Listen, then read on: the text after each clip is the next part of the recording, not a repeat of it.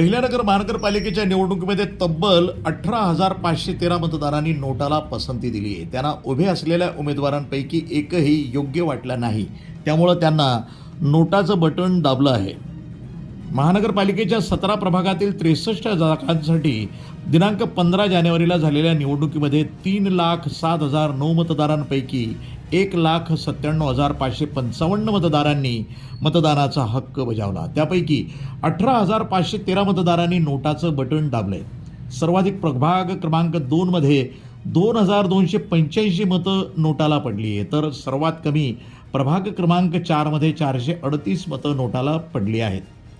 प्रभागनिहाय नोटाला पडलेली मतं याप्रमाणे आहेत. प्रभाग क्रमांक 1 मध्ये 1,973 मतं, प्रभाग क्रमांक 2 मध्ये 2,285, प्रभाग क्रमांक 3 मध्ये 905, प्रभाग क्रमांक 4 438, प्रभाग क्रमांक 5 मध्ये 1,026, प्रभाग क्रमांक 6 मध्ये 556, प्रभाग क्रमांक 7 मध्ये 910, प्रभाग क्रमांक 8 मध्ये 813, प्रभाग क्रमांक 9 मध्ये 1,300, प्रभाग क्रमांक 10 मध्ये 997 मतं, तर प्रभाग क्रमांक 11 मध्ये 1,354 मतं, प्रभाग क्रमांक 12 मध्ये 800, प्रभाग क्रमांक 13 मध्ये 1,548 मतं, प्रभाग क्रमांक 14 मध्ये 907 मतं, तर प्रभाग क्रमांक 15 मध्ये 984 मतं, तर प्रभाग क्रमांक 16 मध्ये 923 मतं आणि 794 मतं ही प्रभाग क्रमांक 17 मध्ये पडलेली आहेत.